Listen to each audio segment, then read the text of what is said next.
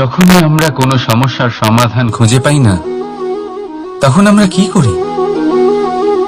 আমরা ঈশ্বরের কাছে শরণাপন্ন হই, সাহায্যের জন্য প্রার্থনা করি, পথ জানতে চাই, তাই না?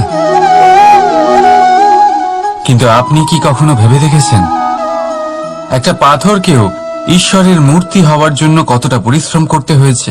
কতবার হাতুড়ির ঘা সহ্য করতে হয়েছে, ছেনির ঘা সহ্য করতে হয়েছে, তারপর আমাদের সামনে সে ভগবান রূপে আবির্ভূত হয়েছে।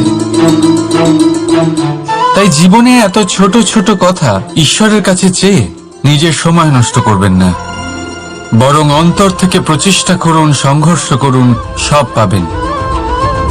শুধুমাত্র একটা জরুরি কথা মনে রাখবেন, পরিশ্রম না করে কেউ কখনো মহান হতে পারেন না, ভগবানের মূর্তিও না। রাধা রাধা। মানুষের মধ্যে ছোট একটা সমস্যা আছে, সে কখনো নিজের নিন্দা নিজে শুনতে পায় না। যদি কেউ তার বিষয়ে খারাপ কিছু বলে, সে সহ্য করতে পারে না। সে সবসময় ভয় পেয়ে থাকে যে এই যে আশেপাশে মানুষগুলি, তারা তার বিষয়ে খারাপ কিছু ভেবে না নেয়। আর যদি সে জানতে পারে যে তার পিঠ পিছে তার বিষয়ে খারাপ কেউ কিছু বলছে, তখন সে দুঃখী হয়ে যায়। এবার এই কারণে কি আপনার দুঃখ পাওয়া উচিত? কখনোই নয়। কারণ সর্বপ্রথম আপনার যেটা মনে রাখা উচিত, যদি কেউ আপনার পিছনে খারাপ কথা বলছে, সে প্রথমেই আপনার থেকে 2 কদম পিছিয়ে আছে, তাই না? ঈর্ষাবশত আপনার বিষয়ে খারাপ কথা বলতে পারে, কিন্তু যদি এরকম না হয়, যদি তার কথাগুলো সত্য হয়, তবে সর্বপ্রথম নিজের ভুলগুলিকে বুঝুন, সেই সত্যকে বুঝুন, ঝেড়ে ফেলে দিন নিজের দোষগুলিকে। আর তখন দেখবেন আপনি তাদের থেকে আরো 2 পা এগিয়ে গেলেন। কারণ এই জীবনের রথ সামনের দিকে তাকিয়ে এগোয়, পেছনের দিকে তাকিয়ে নয়। তাই পেছন ফিরে দেখা ছেড়ে দিন। যেটা বর্তমান সেটাই দেখুন, সেটা নিয়েই বাঁচুন। যেটা ভবিষ্যৎ, যেটা আপনার লক্ষ্য, সেটার দিকে এগোন। আর আমার সাথে ভালোবেসে বলুন, রাধা রাধা। আমি অনেক মানুষকে এটা বলতে শুনেছি যে মানুষ মানেই ভুলের বাক্স, মানুষ নাকি ভুলে ভর্তি পুতুল। আর এটাই সত্যি। দেখুন, ভুল কার দ্বারা হয় না, প্রত্যেকের দ্বারা হয়। আর একটা নয়, অনেক ভুল হয়। কিন্তু মনে রাখবেন, তাদের বস্ত্রতেই কাদা লাগে যারা কাদা পরিষ্কার করার প্রচেষ্টা করেন। তাহলে যেখানে চেষ্টা আছে সেখানে ভুল তো হবেই। এবারে যদি আপনি কোনো নতুন সংকল্প করতে যান, কোনো বড় কাজ করতে যান, আর আপনার দ্বারা কোনো ভুল হয়ে যায়, তাহলে কোনো ব্যাপার নয়, তার জন্য পস্তাবেন না। নিজের ভুলটাকে চিনুন, তাকে বুঝুন, তাকে শুধরাবার চেষ্টা করুন। আর সব থেকে জরুরি কথা, নিজের ভুল থেকে শিখুন। তাদের হাত থেকেই রক্তপাত হয় যারা কাঁটার মধ্যে লুকোনো ফুলকে খোঁজার চেষ্টা করে। তাই মনে রাখবেন, যে জীবনে কোনো ভুল করেনি, সে জীবনে নতুন কিছু করার কোনো চেষ্টাও করেনি। এই ভুল আপনার সব থেকে বড় শিক্ষক। তাই সেটাতে দুঃখী হবেন না, তার জন্য পস্তাবেন না। এই ভুলকে সম্ভ্রম করতে শিখুন। তারপর দেখবেন আপনি নিজেকে জীবনে আরো শিখরে নিয়ে যাবেন। রাধা রাধা। ভাবুন, যদি আপনার পথে, আপনার বাড়িতে, কর্মস্থানে বা যে কোনো জায়গায় আপনি কোনো সাপ দেখতে পান, তবে আপনি কি করেন? সেই সাপের থেকে আপনি দূরে পালাবার চেষ্টা করেন, বা সেই সাপকে আপনি সরিয়ে ফেলার চেষ্টা করেন। চেষ্টা করেন যাতে সাপের থেকে আপনি মুক্তি পান, যাতে সে আপনাকে ছোবল না মারে, তাই না? এবার ভাবুন, যদি সেই বিষধর সাপের কাছে মণি আছে জানতে পারেন, তাহলে কি করবেন? তখন আপনি তাই করবেন, সেই সাপের থেকে দূরে পালানোর চেষ্টা করবেন। এবার দেখুন কি অদ্ভুত ব্যাপার, মানুষ সাপের থেকে দূরে পালাতে থাকে, তার কাছে মণি আছে সেটা জেনেও। কিন্তু এই মানুষ ধনী আর দুষ্ট লোকের কাছে নিজে পায়ে হেঁটে যায়, চেষ্টা করে যে তার উপর ওদের কৃপা দৃষ্টি থাকে, আর এই সব কাজ শুধুমাত্র ধন লাভ করার জন্য। তাই মনে রাখবেন, সে রূপবান হোক বা ধনবান, দুষ্ট তো দুষ্টই থাকে, আর এই দুষ্টদের থেকে দূরে থাকাটাই মঙ্গলজনক। কাছে তাদের রাখুন যাদের মনে প্রেমের অমৃত আছে। কাছে তাদের রাখুন যারা জীবনে কর্মের ওপর নির্ভরশীল। রাধা রাধা। ভেবে দেখতে গেলে দুধকে জলের থেকে বেশি ভালো মনে করা হয়, আর সেই জন্য দুধের মূল্য জলের থেকে অনেক বেশি হয়। এবার যদি এই দুধ দিয়েই দই বানানো হয়, তাহলে এর আয়ু আরো কিছুদিন বেড়ে যায় এবং এর মূল্য আরো কয়েক মুদ্রা বেশি। এবার যদি এই দই থেকে মাখন বানানো হয়, তাহলে তার আয়ু আরো কয়েক সপ্তাহ বেড়ে যায় আর তার মূল্য আরো কিছু মুদ্রা বেশি। এবার এই মাখন থেকে যদি ঘি তৈরি করেন, তবে এর আয়ু অনেক বছর বৃদ্ধি পায় এবং এর মূল্য মাখনের থেকে আরো কয়েক মুদ্রা বেশি। এবার এই সব কিছুর মূলে দুধই আছে, কিন্তু এদের সকলের আয়ুতে এদের মূল্যে এত তফাৎ কেন? তার কারণ এই যে দুধকে দই হওয়ার জন্য অনেক কষ্ট সহ্য করতে হয়, দইকে মাখন হওয়ার জন্য লাঠির আঘাত সহ্য করতে হয়, আর মাখনকে ঘি হওয়ার জন্য বহু ঘন্টা ধরে আগুনের তাপ সহ্য করতে হয়। তারপর গিয়েই মাখন ঘি হয়, তারপরেই এর আয়ু বাড়ে এবং মূল্য বৃদ্ধি পায়। এবার আমরা মানুষেরাও সবাই সমান, দুধের মতো, কিন্তু মহান সেই হয় যে কঠিন পরিস্থিতির মুখোমুখি হয়, যে বিপদের মোকাবিলা করে, যে এই প্রতিযোগিতাগুলোয় সফল হয়। এই সব করলে তবেই জীবনে অগ্রসর হতে পারবে, তবেই জীবনে আপনার যশের আয়ু বৃদ্ধি পাবে, আর তখনই এই সংসার আপনাকে মহান মনে করবে। রাধা রাধা। চাপ আর ভার, এই দুটো শব্দ আপনাদের খুব চেনা লাগছে তো? এই সংসারে প্রত্যেক ব্যক্তির জীবনে চাপ আর ভার থাকেই, কিন্তু সবাই সেটা নিয়ে তা করতে পারে না যা করা উচিত। এই চাপ আর ভার অপসারণের বদলে সে সেই চাপেই বন্দী হয়ে থেকে যায়। আসুন, আপনাকে এই প্রকৃতির একটা উদাহরণ দিচ্ছি, সেটা বোঝানোর জন্য, যেটা বোঝা আপনার জন্য খুব গুরুত্বপূর্ণ। কখনো কোনো বৃক্ষ নিশ্চয়ই দেখেছেন, সেখানে আপনি ফুলও দেখেছেন, ফলও দেখেছেন। কোনো ফুলকে হাতে চেপে ধরুন, তা থেকে সুগন্ধ বেরোবে যা আমাদের ভালো লাগে। কোনো ফল হাত দিয়ে চেপে দেখুন, তা দিয়ে রস বেরোবে, সেটাও আমাদের ভালো লাগে। অর্থাৎ চাপ আর ভার আমাদের জীবনে যে কোনো পরিস্থিতিতে, যে কোনো সময়, যে কোনো মুহূর্তে আমাদের ভাঙার জন্য নয়, এ আসে আপনাকে এটা জানানোর জন্য যে আপনাকে নিজেকে আরো বেশি প্রেরিত করতে হবে, আরো বেশি পরিশ্রম করতে হবে, আপনাকে সর্বশ্রেষ্ঠ হতে হবে। তাই কখনো এই চাপ আর ভার থেকে দূরে পালাবেন না। ভেবে নেবেন এরা জীবনের একটা অঙ্গ, তাদের ধনাত্মক রূপে দেখতে শিখুন। যদি এটা আপনি শিখে নেন, তাহলে বিশ্বাস করুন, আপনার আসল বিকাশ এখান থেকেই শুরু হবে। রাধা রাধা। এই পাথর দেখতে পাচ্ছেন আপনি? কত গোল, কতটা চকচকে। বাচ্চাদের অনেক সময় এটা নিয়ে খেলতে ভালো লাগে, আর কেনই বা লাগবে না? কতটা সুন্দর আর মসৃণ এটা। কিন্তু আপনি কি কখনো ভেবে দেখেছেন এই পাথর আগে কি ছিল?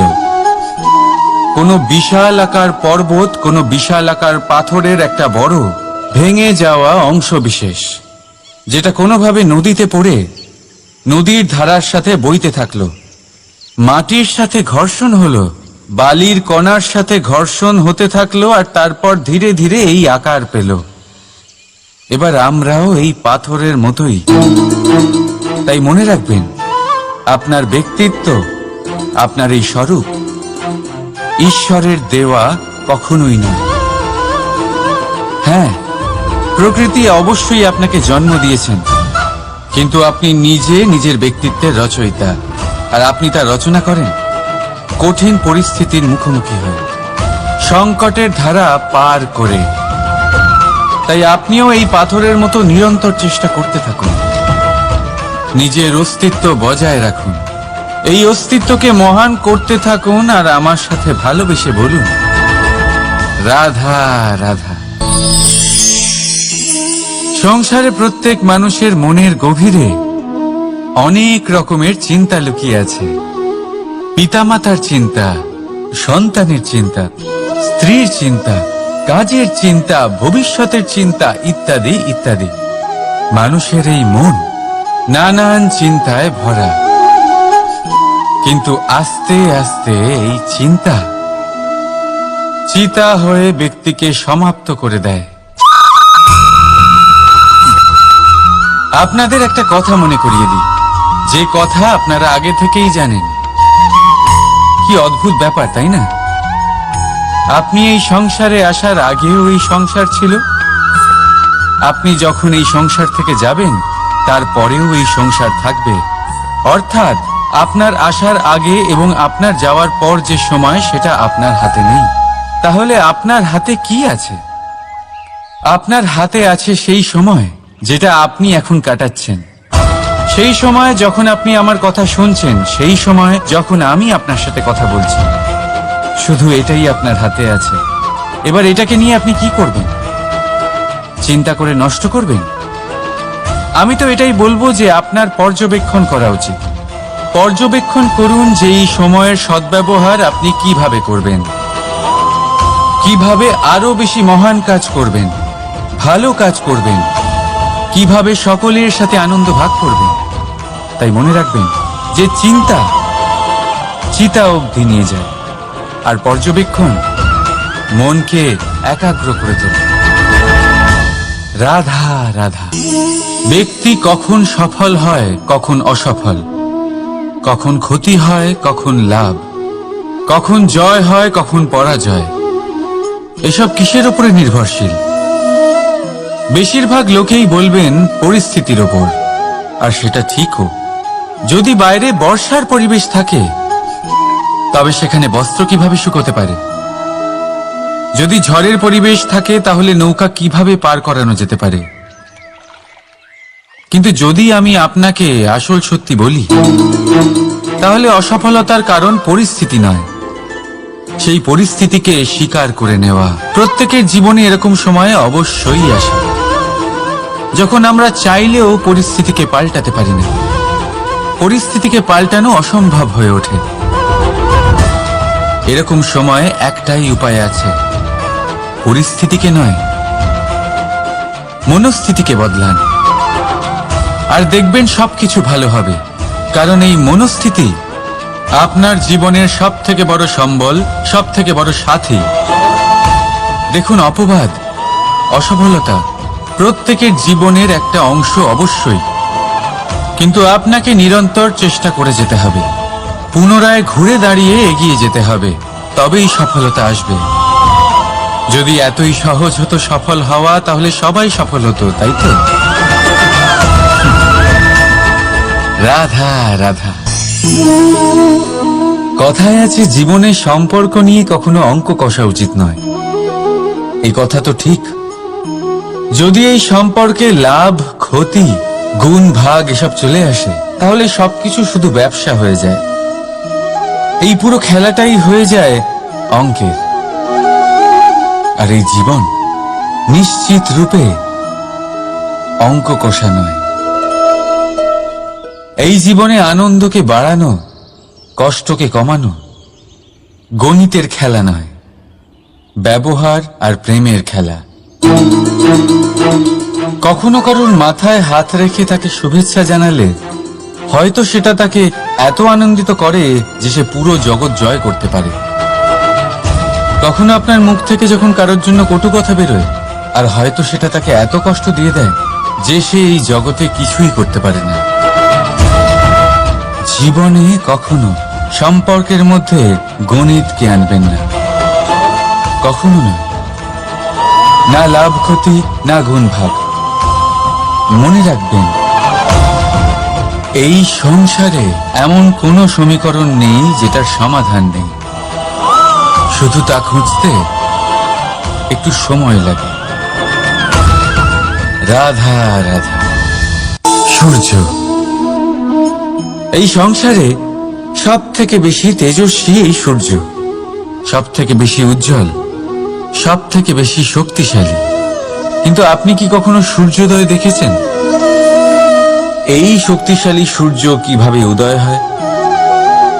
লাল রঙের আভার সাথে, সৌম্যতার সাথে, শান্তির সাথে উদয় হয়। কখনো সূর্যাস্ত দেখেছেন?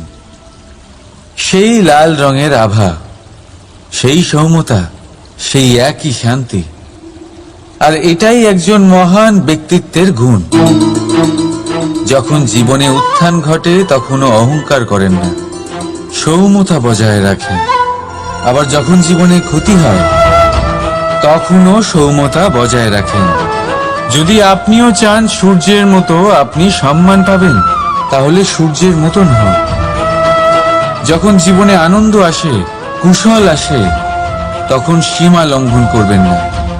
যখন জীবনে দুঃখ আসে, কষ্ট আসে, বিনাশের পথে অগ্রসর হবেন না। সৌম্য থাকুন, শান্ত থাকুন, সূর্যের মতো চকচক করতে থাকুন। কারণ সব মুহূর্তের মতোই এটাও একটা মুহূর্ত। তাতে আপনি আনন্দ লাভ করুন বা পান দুঃখ, এই মুহূর্ত অবশ্যই চলে যাবে। রাধা রাধা। আসুন আজকে আমরা কথা বলি ভাষার বিষয়ে। এই ভাষা কত অদ্ভুত এক শক্তি। কিন্তু কখনো কখনো আমরা এই তর্কে লিপ্ত হয়ে যাই যে কোন ভাষা সর্বশ্রেষ্ঠ।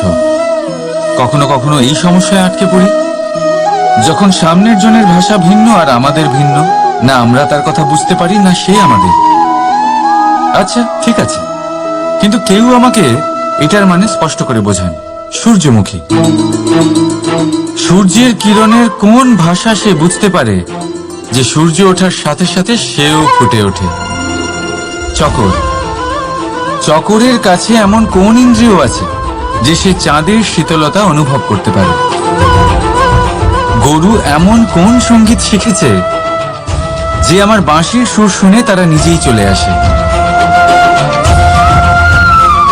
এই সব, এই পুরো সংসার, এই ব্রহ্মাণ্ড শুধুমাত্র একটা ভাষা বোঝে, প্রেমের ভাষা। না কোনো শব্দ, না কোনো বাণী, শুধু অনুভূতি। এই প্রেমের ভাষা সংসারের সব থেকে বড় ভাষা, যেটা আপনি নিজেও বুঝতে পারেন, আবার অন্যদেরকেও বোঝাতে পারেন। রাধা রাধা। বিপদ, বিপদের কথা শুনলে আমরা সবাই সচেতন হয়ে যাই। এই সংসারে এরকম কোনো প্রাণী নেই যে বিপদে পড়েনি, যে বিপদে ঘিরে থাকেনি। এবার কেউ কেউ বিপদের মুখোমুখি হয়ে বিজয় লাভ করেছে, কেউ কেউ তা পারেনি। কিন্তু বেশিরভাগ লোকেই বিপদের এই সময় কেটে যাওয়ার পরে বিপদের বিষয়ে ভুলে যায়। আর এটাই তার সব থেকে বড় ভুল হয়। বিপদের সাথে জড়িত এই তিনটি কথা সব সময় মনে রাখবেন। প্রথম, যারা আপনাকে বিপদে ফেলেছে তাদের কখনো ভুলবেন না, আর ভবিষ্যতে সব সময় তাদের থেকে সাবধানে থাকবেন। দ্বিতীয়, যারা বিপদের সময় আপনাকে ছেড়ে চলে গেছিল তারা আপনার বন্ধু নয়, তারা পরজীবী। আর কখনো ভবিষ্যতে তাদের থেকে কোনো আশা রাখবেন না। আর তৃতীয়, যারা আপনার বিপদের সময় আপনার পাশে থেকেছে, আপনার মনোবল বাড়িয়েছে, তারা আপনার সত্যিকারের বন্ধু, তাদের কোথাও যেতে দেবেন না। তাহলে বিপদের সাথে জড়িত এই তিনটি কথা যদি আপনি মনে রাখেন, তাহলে বিপদ ভুলেও কখনো আপনার জীবনে আর আসবে না। রাধা রাধা। সফলতা, অসফলতা, এই দুই প্রত্যেকের জীবনের এক অভিন্ন অঙ্গ। কিন্তু সফলতা আর অসফলতার থেকেও বেশি আর গুরুত্বপূর্ণ বিষয় তার থেকে পাওয়া শিক্ষা, যা বেশিরভাগ মানুষই বুঝতে পারে না। এবার দেখুন না, যখন আপনি জীবনে সফল হন, আপনার আপনজনেরা, আপনার বন্ধুরা জানতে পারেন আপনি কে, আপনার সামর্থ্য কি। কিন্তু যখন আপনি অসফল হন, তখন আপনি জানতে পারেন আপনার বন্ধুকে, আপনার আপনজনকে। কেমন অদ্ভুত ব্যাপার, তাই না? সময় আমরা কেউ দেখতে পাই না, কিন্তু এই সময় আমাদের অনেক কিছু দেখিয়ে দেয়। সেই জন্য এই সময়কে আর এই সফলতাকে সমানভাবে দেখুন, সমান দৃষ্টিতে দেখুন, আর এই দুজনকেই সম্মান করুন।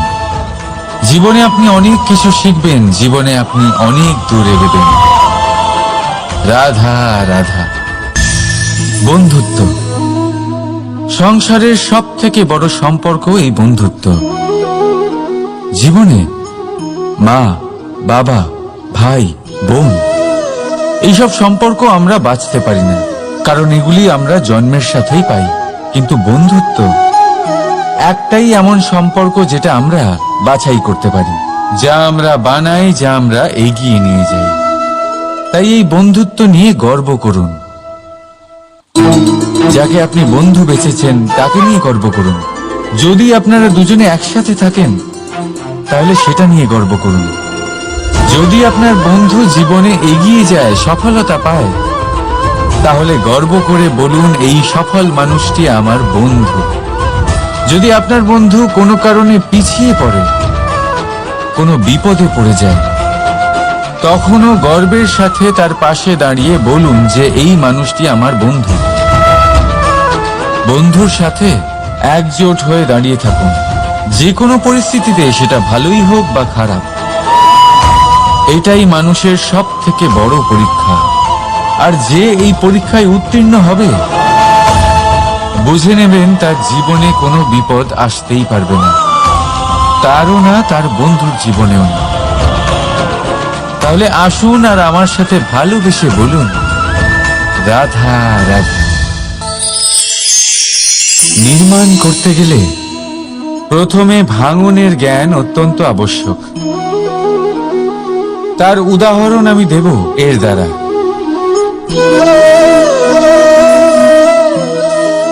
এই সুস্বাদু পায়েস, এটা তৈরি হয় পুষ্টিকর ভাত দিয়ে। কিন্তু আপনারা কি জানেন এই ভাত কিভাবে তৈরি হয়? কতটা পরিশ্রম করতে হয় এই ভাতকে? সর্বপ্রথম একে জলে ডুবে থাকতে হয়, তারপর সূর্যের প্রবল তাপে একে গরম হতে হয়, আর তারপরে ঢেঁকির মার সহ্য করতে হয়। শুকনো হলে একে প্রবল বেগে ঝাড়া হয়, তারপর গিয়ে তৈরি হয় এই ভাত, যা খেয়ে আপনি তৃপ্তি পান। এবার ভেবে দেখুন, এটা তো শুধুমাত্র ভাত। মানুষকে নিজেকে প্রতিষ্ঠিত করবার জন্য কত বড় পরীক্ষার সম্মুখীন হতে হয়।